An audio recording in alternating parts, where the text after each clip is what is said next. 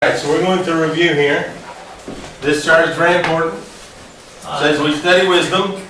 Итак, эта презентация, она очень для нас важна, поскольку мы изучаем с вами книги мудрости. We're going to start living our lives in a state of orientation. Итак, мы начинаем жить нашу жизнь в состоянии относительного комфорта, когда мы сориентированы. And then life happens. А потом происходит жизнь. And we recognize that something is wrong with our worldview. Жизнь бьет ключом по голове, и мы понимаем, что что-то не так с нашим мировоззрением. It may be that we have wrong thoughts in our worldview. И может быть в нашем мировоззрении были неверные мысли. But as you grow and you mature, sometimes you don't have a fully developed worldview. Да, но даже когда вы растете, даже когда вы достигаете зрелости, все равно ваше мировоззрение еще порой не полностью развито. For example, you may understand God's justice very well, but not His love. Например, вы очень хорошо можете понимать Божью справедливость, но не Божью любовь. Or the other way around. Или наоборот. So when life happens, you become disoriented. И когда случается жизнь, то вы теряете ориентацию в пространстве. Because life does not look like you predict. Поскольку жизнь вдруг перестает выглядеть так, как вы себе представляли. А вот что там на слайде не сбалансированное, что? Неправильное и несбалансированное Предположение. Does that say disorientation or wrong, unbalanced? Unbalanced what? Unbalanced or wrong? Yeah, wrong or unbalanced what? Or nothing. You just feel unbalanced. Да, просто пишите несбалансированность и неправильное убеждение. Да, предположение. And then, when you learn wisdom, you become reoriented to life. И потом, когда вы все-таки учитесь мудрости, вы переориентируетесь в своей жизни. So this is what wisdom does. It brings us back to a fuller understanding of God's world. Вот что делает для вас мудрость. Она приводит вас назад к более полному пониманию Божьего мира. Now, the second thing that we're dealing with in the wisdom literature is poetry. Второе, с чем мы имеем дело в литературе мудрости, это поэзия. And we talked quite a bit about parallelism. И мы говорили немножко с вами о параллелизме. And I want you to think in 2 lines or maybe 3 lines as you read poetry. И я хотел бы, чтобы вы, когда вы читаете поэзию, мыслили в категориях двухстрочных или трехстрочных блоков. And so as we go through these psalms, look at 2 lines at a time. И когда вы смотрите, изучаете эти псалмы, смотрите сразу на 2 строки. 2 строки за раз. Now let's finish up our walk through the Psalms. Ну давайте все-таки завершим наш такой краткий обзор всей книги псалмов. So I guess we can go ahead and turn this off. Думаю, что да, проектор можно вымыкнуть. Да. Is it hot in here? Нет,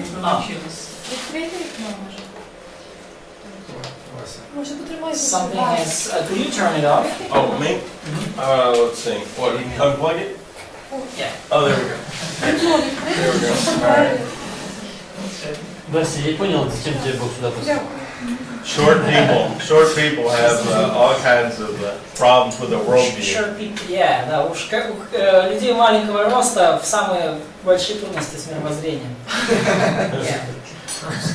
So, we divided Psalms up, or we didn't do this, but our book of Psalms has 5 smaller books. Мы уже с вами разделили книгу псалмов, мы не будем этого повторять, но мы помним, что в нашей книге псалмов есть 5 томов.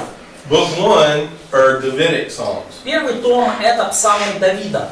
And Davidic shows a full life of a human being, of a king. И в этих псалмах мы видим полный спектр того, что собой представляет жизнь человека. Book 2 seems to be a transfer from David to Solomon. И книга вторая, похоже, что описывает нам переход власти от Давида к Соломону. There are quite a few Davidic Psalms. Там есть несколько псалмов Давида. But they end with a Song of Solomon. Но with a psalm written by Solomon. Or for Solomon. Yes, Да. or for Solomon. Да, но заканчивается, там есть псалмы Давида, но заканчивается книга псалмом, написанным или самим Соломоном, или для Соломона. Now that third book seems to describe the divided empire. Третья книга, похоже, что описывает нам разделенную империю, разделенное царство. You have a northern kingdom and a southern kingdom that are in disaster. Есть северное царство и южное царство, и там проблемы. And that ends up with that famous Psalm 88, which is pure lament. И заканчивается все 88-м псалмом, который себя представляет чистой воды плач. And then it finally ends in Psalm 89. Let me say it again. Psalm 87 for you guys is lament. And Psalm 88 is the royal psalm. Так, я прошу прощения, 87-й псалом в синодальной Библии это вот плач, плач, плач. Вот. А псалом 88-й это в свою очередь песня, царский псалом, царский гимн. And so at that point, the only solution to this problem is God as king. И в этот момент единственным решением проблемы выглядит то, что Бог должен стать царем. Now, book 4 seems to describe Israel in exile.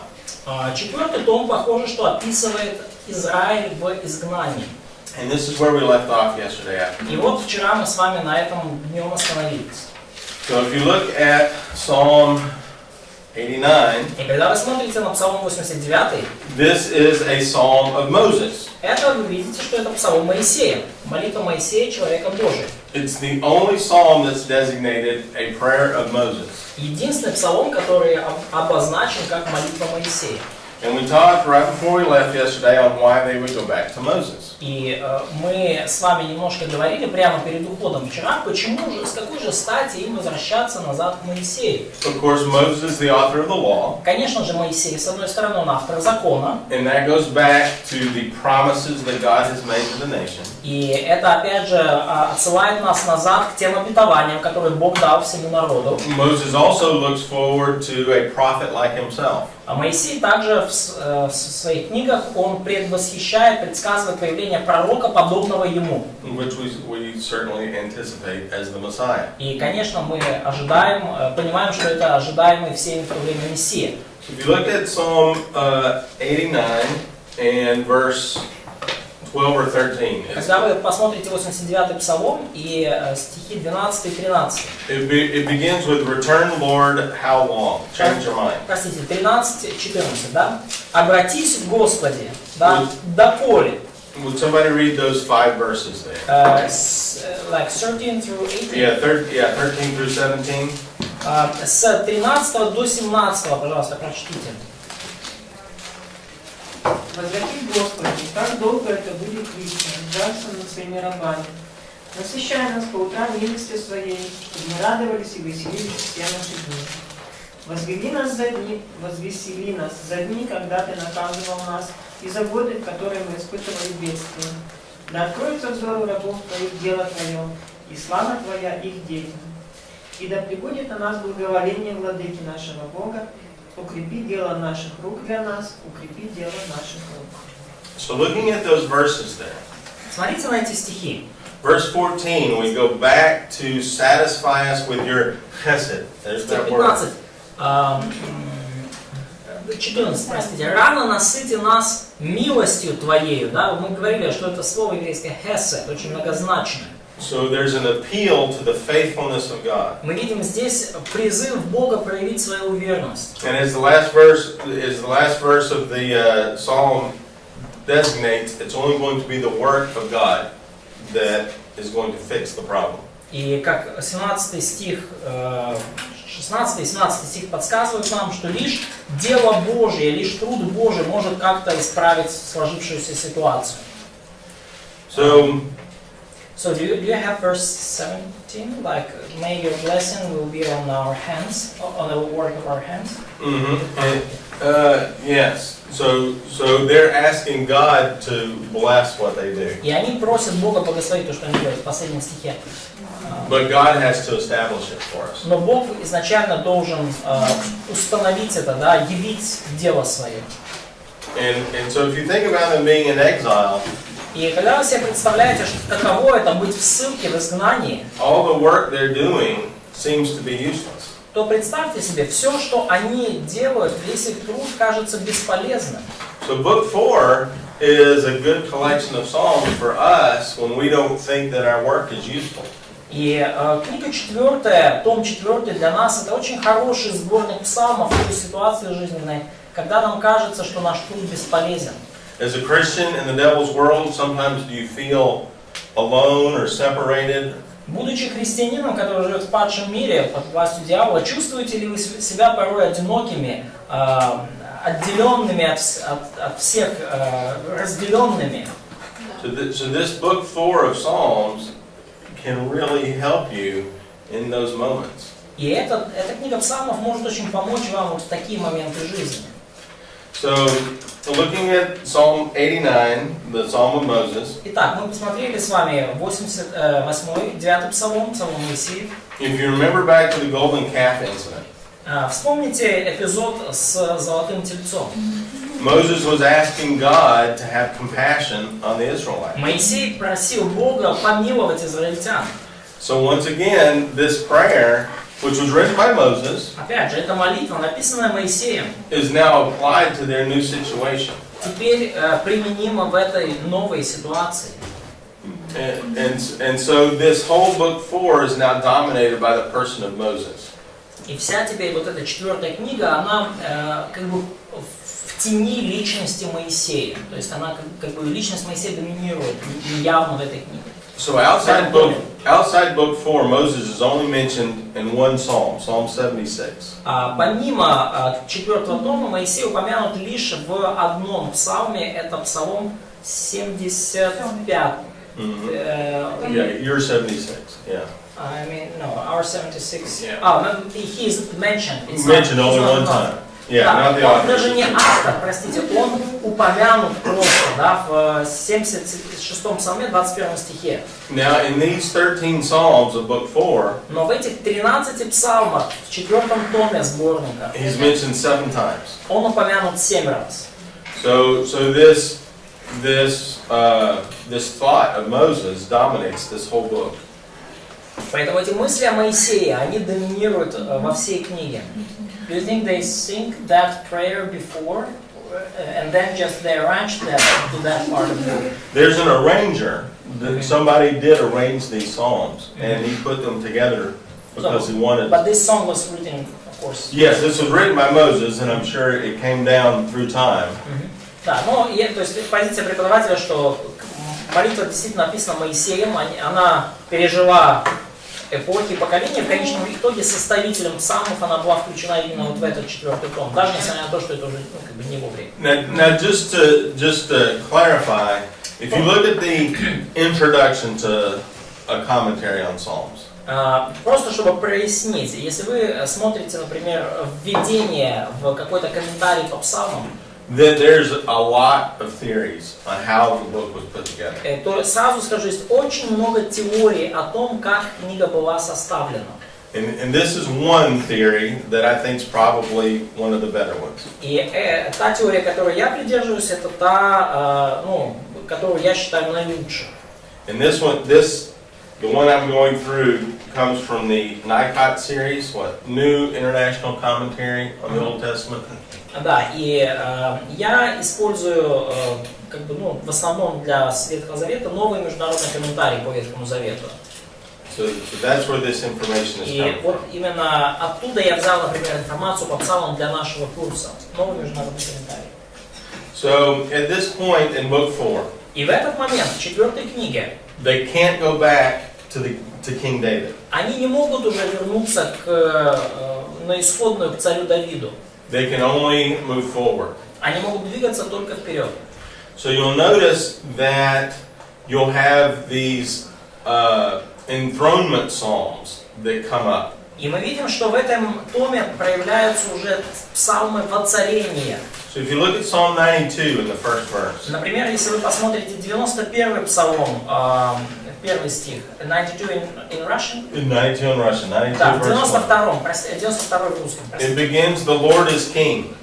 То он начинается так: Господь царствует.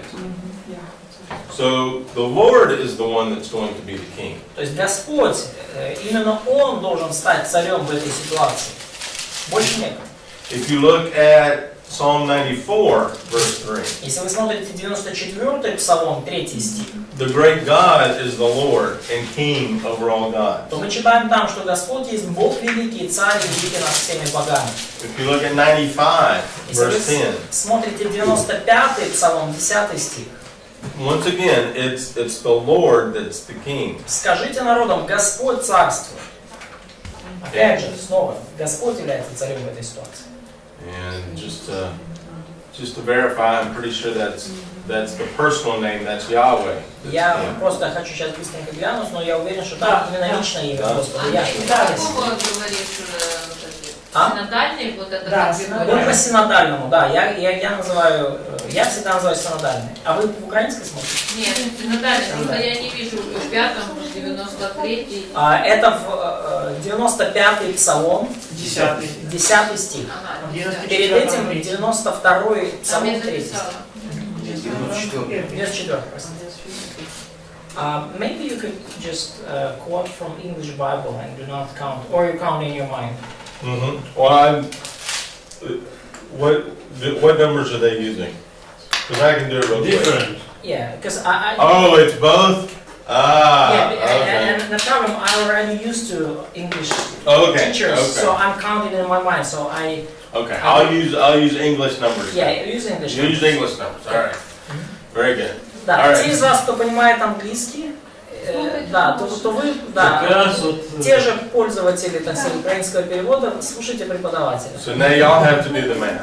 Да, а все остальные слушайте меня. Remember, math is part of God's creation. Да, помните, математика это часть Божьего творения. A wise person will be good at math, И мудрый человек будет хорошим математиком. even though it doesn't fit our worldview sometimes. Хотя математика порой не сходится с нашим мировоззрением. All right, so let's look at 99 in English, verses 4 and 5. Давайте откроем 98-й Псалом, 99-й на английском. So somebody read verse 4 and 5 for us. 4 и 5. Царь могущественный любит справедливость. Ты установил правосудие, суд и правду совершил в Иакове. Превозносите Господа нашего Бога и поклонитесь Ему у подножия Его. Свят Он. So we notice here, once again, it's the Lord that will be king. Обратите внимание, снова эта тема. Господь станет царем. Now, I always make fun of my congregation because they always read ahead.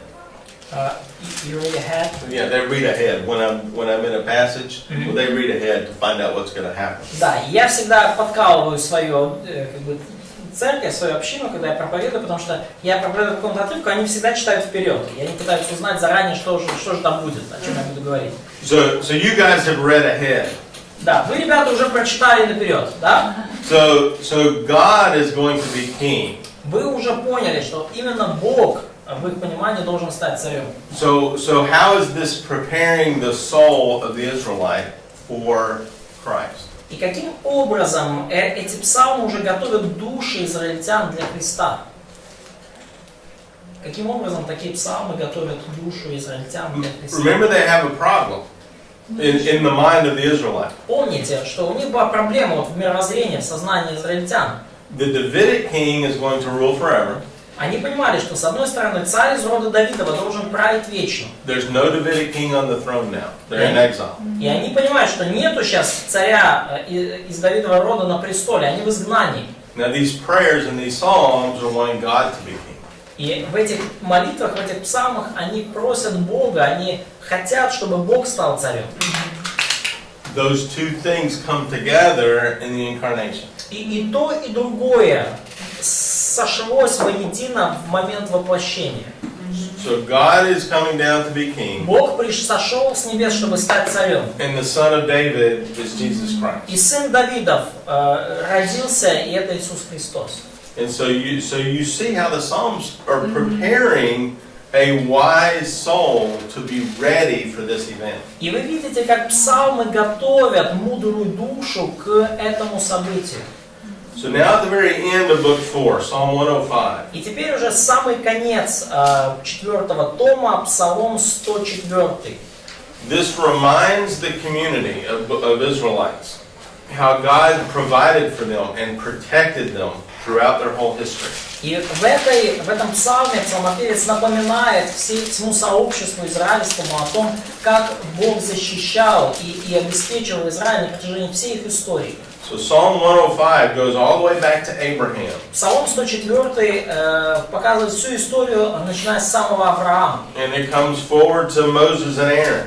И дальше развивает повествование, говоря о Моисее и Аароне. And it reminds them that they have ownership of the land. И напоминает им о том, что они полноправные владельцы этой земли.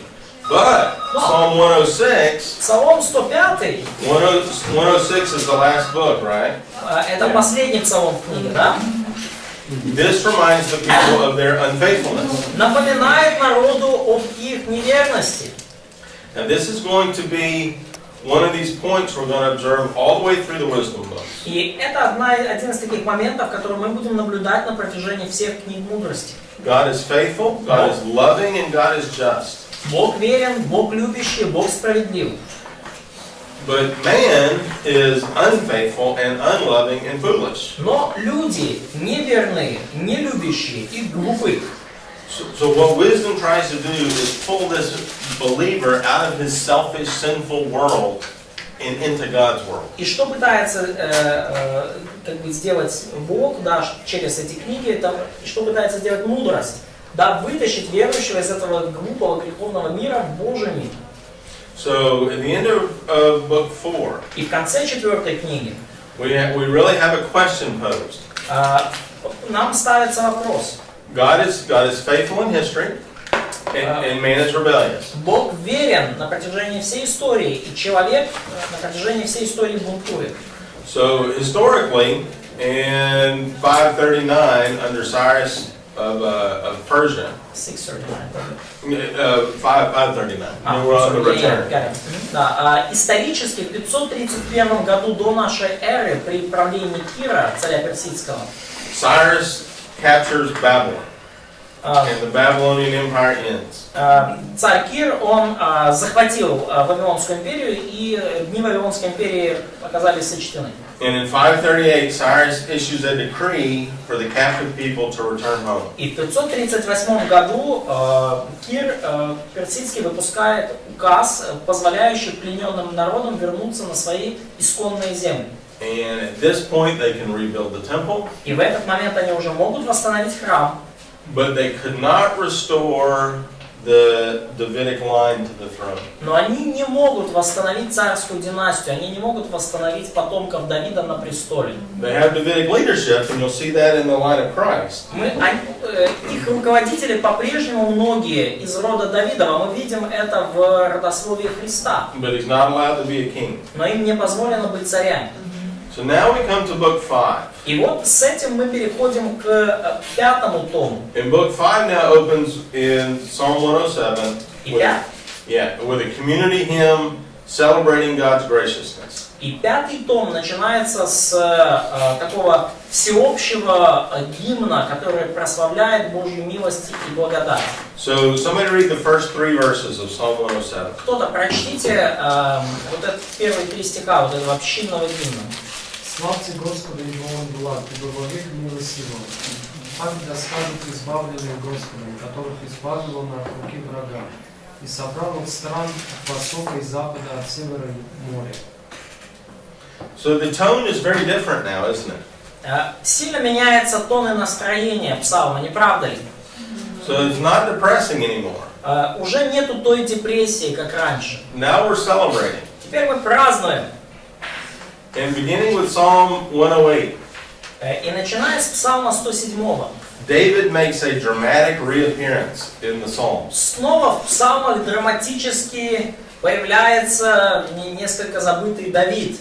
And so in Psalm 108 through 110, these are Davidic Psalms. Псалмы со 107 по 110, по 109. Это Давидовы псалмы. And there's 10 more Davidic Psalms after that. И после этого будет еще 10 псалмов Давида. And so once again, there's this light that King David is going to rule again, or a son of David. И снова появляется этот свет в конце туннеля. Снова появляется надежда, что сын Давида, царь из Давидового рода, снова таки будет править. And so at this point in the Psalms, David is now leading the praise and giving thanks to God. И в этот момент, уже с этой точки в Псалтире, Давид ведет народ в хвале. Давид воздает славу Господу. And here is where you find Psalm 110. И именно здесь вы встречаете знаменитый Псалом 109. And this is one of the more famous Psalms. Один из наиболее знаменитых псалмов. And so here we see David talking to his greater son to sit on the throne. И здесь мы видим, как David talks to his greater son. Мы видим, как Давид общается со своим более великим потомком, который воссядет на престоле. So that is basically a summary of how these Psalms are placed together. Вот, в общем-то, такой краткий беглый обзор того, каким образом скомпонована книга псалмов, как эти псалмы размещены. So remember, this is a book of songs to be sung. Помните, что это книга песен, которые надо было петь. And so, just like when you sing in church, Как, например, вы поете в церкви. sometimes you sing of God's salvation. Порой вы поете о спасении Божьем. Sometimes you sing of His sovereignty. Порой поете о Его всевластии. Sometimes you sing of His mercy or His love. Порой поете о Его милости и благодати и любви. But that one song doesn't tell the whole story. Но ни одна из этих песен поодиночке не рассказывает вам всю историю. They're all facets to the same diamond. Это все грани одного и того же бриллианта. And so it is with the Psalms. И то же самое касается книги Псалтирь. So now let's look at the generic shape of a psalm. There's a generic outline. Но давайте теперь посмотрим на такую общую композицию, общую форму псалмов. Let me pull up the next slideshow. Да, я хочу перейти на следующий уже слайд-шоу. Да, наверное. Да. А может быть, наверное, даже не стоит выключать, просто будем вытаскивать. Maybe, да, будем вытаскивать кабель. Гудеть. Вот перекрывать Батареи сильные. Да. Мы ничего им сюда Просто лампе не очень хорошо вложать. Это батарея или Вася? Что Вася батарея? Я слышу, что ветер. Вася прикинулся батареей. А по этим ветром, да? Шумит все работает. Это шумит все. All right. So this is what we're going to end up with. We're going to end up with 5 big boxes. Итак, вот к чему мы в итоге придем. Идти большим таким блоком. Yeah. So let's walk our way through this first. И давайте кратенько разберемся вместе и пройдем через них. Now before we get through this, recognize all the Psalms do not have all the parts. И перед тем, как мы приступим, важно сразу озвучить, что не во всех псалмах есть все эти компоненты. But some of the Psalms will have 3 parts or 4 parts, or there's 1 or 2 that have all of them. Но в некоторых псалмах будет 3 или 4 части, а есть 1-2, в которых есть все. We've already talked about the famous Psalm 88, that's only lament. Мы, например, уже говорили про знаменитый 87-й псалм, в котором лишь плач, один сплошной плач. So the first part of the pattern is lament. Поэтому первая часть этого блока, этой схемы псалмов, это плач. So here we see that the psalmist is crying out for help. Где мы видим, как автор взывает к Богу о помощи. And he's going to explain his problem. И он разъясняет Богу свою проблему. And as this is poetry, it's going to be very emotional language. И поскольку это все поэзия, поэтический жанр, то язык этого плача будет весьма эмоционален. And this is probably a good point to talk about emotions. И, наверное, это хорошее место, чтобы немножко поговорить об эмоциях. There's a movement in Christianity that Christians should have it all together. Есть такое движение в христианстве, такой своего рода христианский стоицизм, что у христиан все должно быть схвачено, все должно быть четко, хорошо. And particularly in those those veins of Christianity where we study the Bible. И особенно вот такое течение, такое мировоззрение популярно вот среди тех, кто усиленно хочет изучать Библию. And the thought is our emotions are bad, and we should just be thinking Christians. И вот есть люди, которые настолько высоко ставят изучение Библии, они говорят, что эмоции это все плохо, всегда плохо, мы должны быть думающими, рациональными христианами. Никаких эмоций. Well, if you understand in the Old Testament that David is a man after God's own heart. Но если бы мы понимали Ветхий Завет, если бы мы понимали, что Давид назван мужем по сердцу Божьему, And you go and read this section of David's Psalms. и потом взяли и прочитали бы вот этот раздел псалмов Давида, There's a lot of emotional language there. там очень много эмоционального языка, эмоциональных моментов. I mean, there's times you're reading this and you're like, whoa, that's not nice. You can't tell God that. И иногда вы читаете такие, говорите, о, Давид, поверьте не на поворотах, тут это не очень вежливо, нельзя так Богу говорить. But this is Scripture. Но это Писание. And this is what God responded to in David's life. И это те молитвы, на которые Бог в жизни Давида ответил. Now, I don't argue that you need to be emotional for God to respond. Я не утверждаю, что вам нужно быть обязательно таким вот эмоциональным, чтобы Бог вам ответил. Речь не об этом. Again, this is wisdom. We need to be balanced. Опять же, мудрость в том, чтобы иметь баланс в жизни. But these laments are Но very painful and express a lot of emotion. вот этот плач обычно в псалмах очень такой болезненный и выражает очень много эмоций. But that lament then leads to something from God, a promise. Этот плач потом ведет к чему-то, что дает Бог, к обетованию. So God assures the psalmist of help. И обетование это когда Бог удостоверяет автора, убеждает автора в том, что он поможет ему. Now, where does this come from? Откуда приходит это обетование? When David cries out for help, Когда Давид взывает о помощи, what's the next step in that psalm? какой следующий этап обычно в этом псалме? Бог отвечает. God answers. God does answer, but where does this guy know where the answer is coming Но from? откуда этот парень, Is he Давид, just знает, откуда feeling приходит Божий God's going to ответ? answer? Это некое чувство, да, что Бог ответит. Он вспоминает. Через закон. Remembers the law.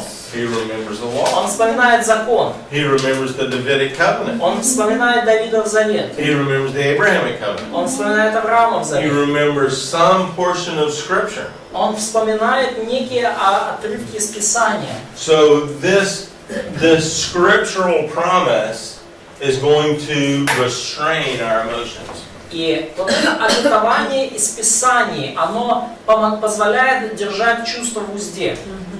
And at that point, we move to the next step. И в этот момент мы переходим к следующему этапу, к следующему шагу этой схемы. There's confidence. Появляется уверенность.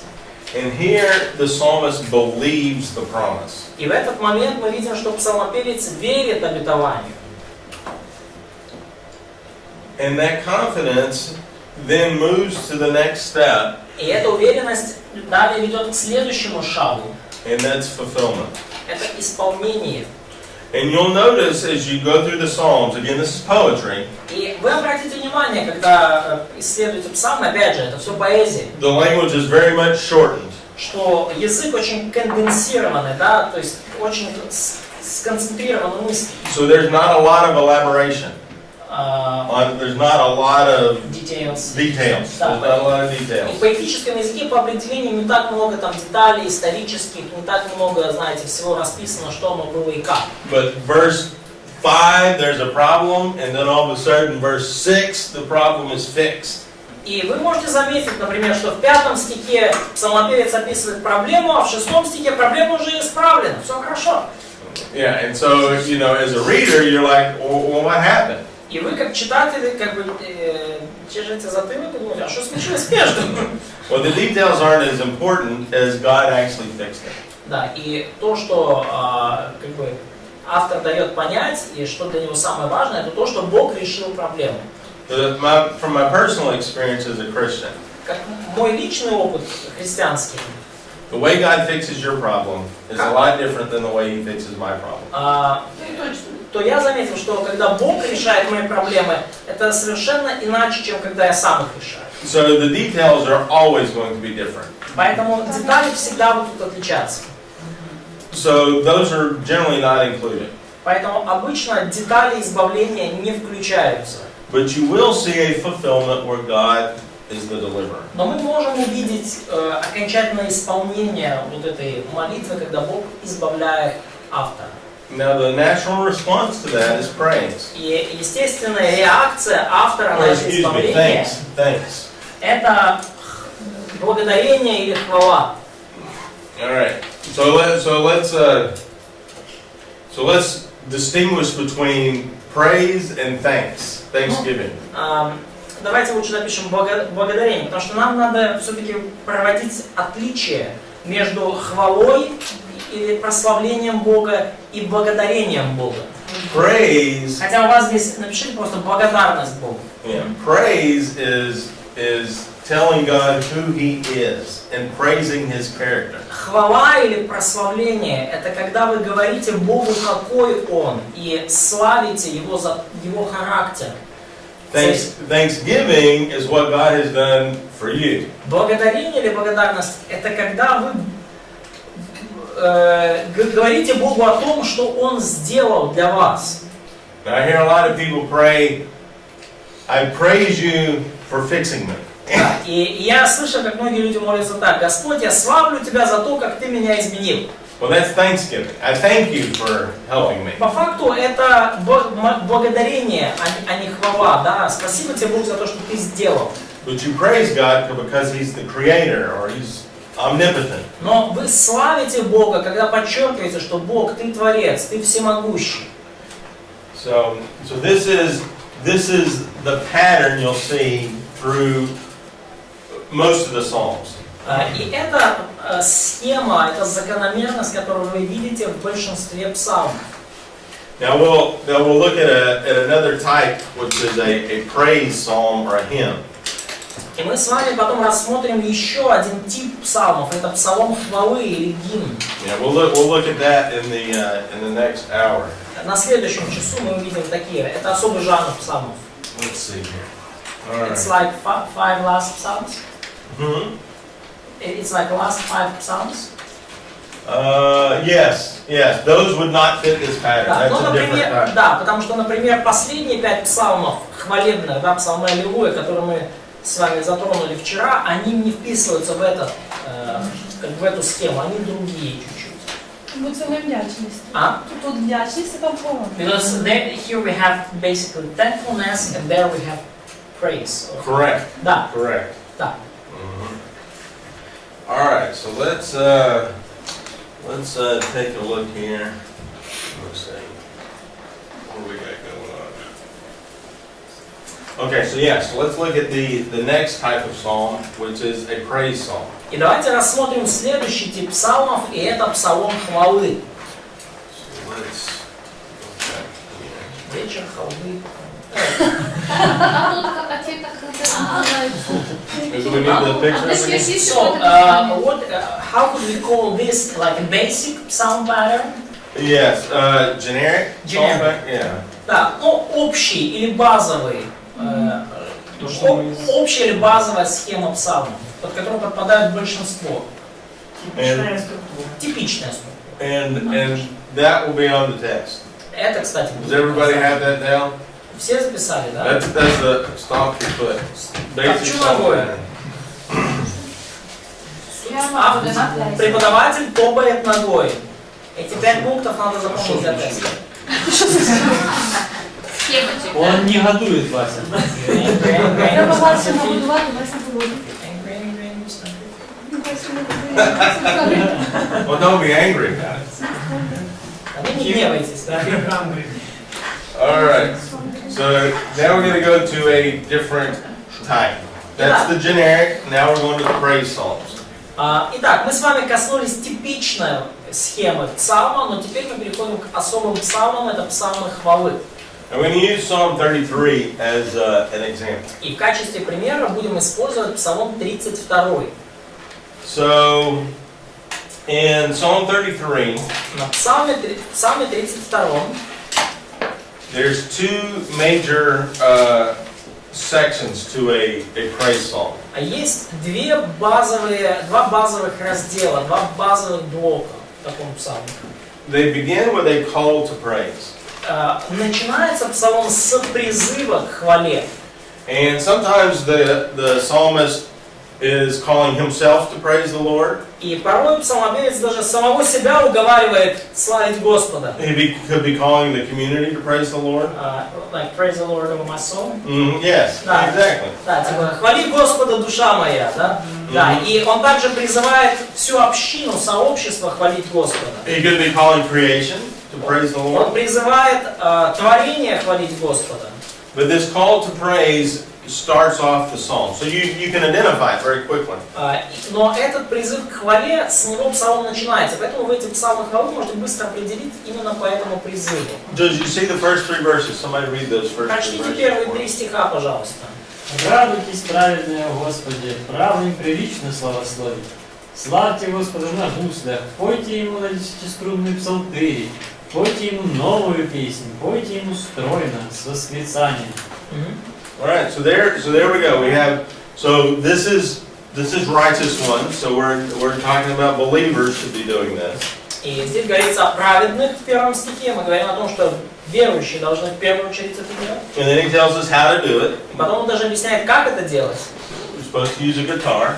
Кажется, надо на гитаре делать. Yeah. Естественно. And then we're supposed to do it with joy. И кажется, что это надо делать с радостью.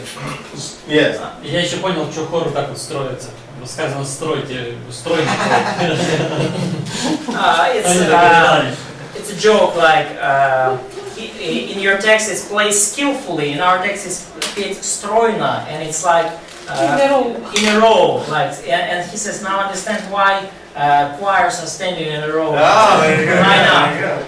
Line up like a choir.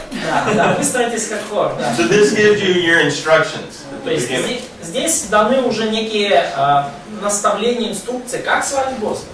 Now the next section will be the reasons for this. И следующий раздел псалмной хвалы — это причины для хвалы. All right. So now what's the content of our praise? И какое же содержание нашей хвалы?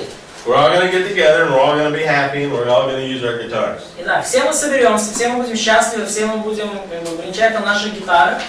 But now, what's the song need to be about? Ну а теперь, о чем же будет песня, о чем будет хвала? So somebody read verse 4 through 7. Прочтите стихи с 4 по 7. Ибо слово Господне право, и все дела его верны. Он любит правду и суд, милости Господней полна земля. Словом Господа сотворены небеса, и духом уст его все воинства их. Он собрал, будто груды, морские воды, положил бездны в хранилище. All right, so here we see qualities of God that are being praised. Здесь мы видим, какие качества Бога, они достойны восхваления. So in verse 4, we're talking about His Word and His work. В 4 стихе говорится о Его слове и о Его деле. And in verse 5, we're talking about His character. В стихе 5 говорится о Его характере. And verse 6, we're talking about His creative ability. В стихе 6 говорится о Его способности к творению. And verse 7 goes back to the creation days. И 7 стих говорит нам о днях творения. And perhaps we might be able to say design. Ну, мы можем даже сказать Божий дизайн или Божий замысел для мира. So there's a content to our praise. Есть некое содержание у нашей хвалы, есть как бы то, за что мы хвалим Бога. So over the rest of the psalm, that theme is going to be unpacked. И на протяжении оставшегося псалма вот эти темы, они раскрываются глубже и глубже. And the rest of the verses, or the rest of the stanzas, if you will, И оставшиеся стихи или оставшиеся, ну как мы говорим, станции, да, всем понятно, что это станции. В стихотворном тексте это такие небольшие абзацы стихотворного текста. this is going to develop some of these themes. Вот в этих последующих станциях развиваются идеи, которые означены в первых с 4 по 7 стих. So we've identified him as creator. Мы уже сказали, да, о том, что Бог творец. Well, if you look at verse 10 here, Но посмотрите на 10 стих. as creator, he can control the ideas of nations. Будучи Творцом, Господь в состоянии контролировать идеи, которые там блуждают среди народов. Verse 13 through 15, once again, Стихи с 13 по 15, опять же. we see his sovereignty over everything in the world. Мы видим всевластие Бога над всем, что происходит в мире. Let's see. So in verse 4, we saw that his word was mentioned. В стихе 4 мы видим, что Его Слово упомянуто. Well, verse 18 and 19 then talks about what his word can do. И в стихе 18-19 говорится о том, что Его Слово может сделать. That it can deliver. Что Его Слово может избавить. And it protects those or blesses those that are loyal to him. И что оно благословляет тех, кто боится Его. So, Бог Господень над боящимися. so as you pick up one of these praise psalms, И если вы выберете один из этих псалмов хвалы, you want to divide this into the sections that it describes. то вам важно разделить его на разделы, на такие как бы блоки, мысли, которые описывают содержание псалма. You'll have a call to praise. Но базовая структура такая, что есть призыв к хвале, You'll have a summary of the reasons to praise him. есть некий общий обзор, краткое содержание, почему нам хвалить And then you'll Господа. unpack those reasons. И потом эти причины для хвалы раскрываются более подробно. And usually at the end there will be some implications. И обычно в конце есть некие выводы. Yeah, so if you look at verse 20 through 22. Посмотрите стихи с 20 по 22. Our soul should respond, our heart rejoices. Наше сердце должно ответить, наше сердце должно веселиться. In verse 22, we hope in you. Да, наша душа уповает на Господа. В нем веселится сердце наше. Мы уповаем на Его святое имя. А третья какая, Андрей, я пропустила? Значит, третье, Призыв, потом причина хвалы. значит, первое призыв к хвале, второе содержание, краткое содержание хвалы, третье подробное раскрытие причин для хвалы. Подробное раскрытие причин для хвалы. So, И четвертое это Отклики. выводы и личный отклик, да. Выводы и личный отклик. so we're going to try and work through some of these, a couple of psalms here in the next hour, and then right after lunch, I'll have y'all work through one on the board. И на следующем часу мы с вами поработаем как бы один из псалмов, несколько псалмов. Мы поработаем, как преподаватель поработает, а после обеда вы все будете работать над псалмами на доске. And then our last hour today, we'll work through how to preach from one of the psalms. И на последнем часу сегодняшнего дня мы поговорим о том, как проповедовать по псалмам. But as you look through a psalm, you kind of want to see where the outline is. Но когда вы разбираете псалм, вам важно увидеть, какой же общий план. And then you want to move that outline into what the implications are. И потом вам нужно как бы от этого плана перейти к выводам, которые вы можете сделать для себя. В 32-м где выводы начинаются? Implications in in Psalms 33, we have them in the last three verses. Yes, 20-22. I was probably 18 through 22. Probably. Я бы сказал даже с 18 по 22. That looks like a stanza there. Выводы, да? Да, выглядит как с 18 стиха начинается новая станза. У кого-то есть Библия с разделением на поэтических книг на станции? It's going to be very difficult to get into too many details. Difficult. Yeah, in this class to get into too Да, many но details. на курсе, подобном нашему, сложно вообще закопаться в деталях. Мы очень бегло проходим. But the way you would sit at your desk at home is you analyze the psalm. Но вот как вам нужно у вас дома за столом анализировать псалом. You would start with your parallel lines. Начинается, во-первых, с ваших параллельных строчек, параллелизмов. And you would understand the thought of the psalmist. Пытаетесь понять мысль, направление мысли псалмопевца. And then you would connect the verses to each other, so you would go out one more level. И потом переходите на следующий уровень и связываете между собой уже отдельные стихи, не строчки, а стихи. You know, for example, yesterday we talked about connecting these two and these two and these two. Например, вчера мы с вами говорили о том, как связывать между собой отдельные строчки, да? Well, the next step, Следующий шаг. you would want to connect like this and then the whole stanza. Связывайте между собой отдельные стихи и потом выделяете целую станзу. Станза — это блок поэтического текста. And so the things to recognize are that 5-step pattern. И что нужно особо отмечать, вот эту пятишаговую, пятичастную схему, о которой мы говорили, схема типичного псалма. And that may give you, this is the lament stanza. И благодаря этому вы можете понять, например, ага, это станза плача, And this is the promise stanza. а это станза обетования. Or if we're doing a praise psalm, we have the call to praise. Или если у нас псалом хвалы, ага, здесь у нас призыв к хвале, And then the reasons to praise. здесь у нас причины для хвалы, And then the implication. и здесь у нас выводы. So you would spend that time working on the psalm. И таким образом вы тратите свое время, которое уделяете на изучение псалма. But it would start with the parallelism in the poetry, Но вы начинаете с параллелизма, с исследования поэтических строчек, and then develop it to an outline. и уже потом от меньшего к большему выстраиваете план всего псалма.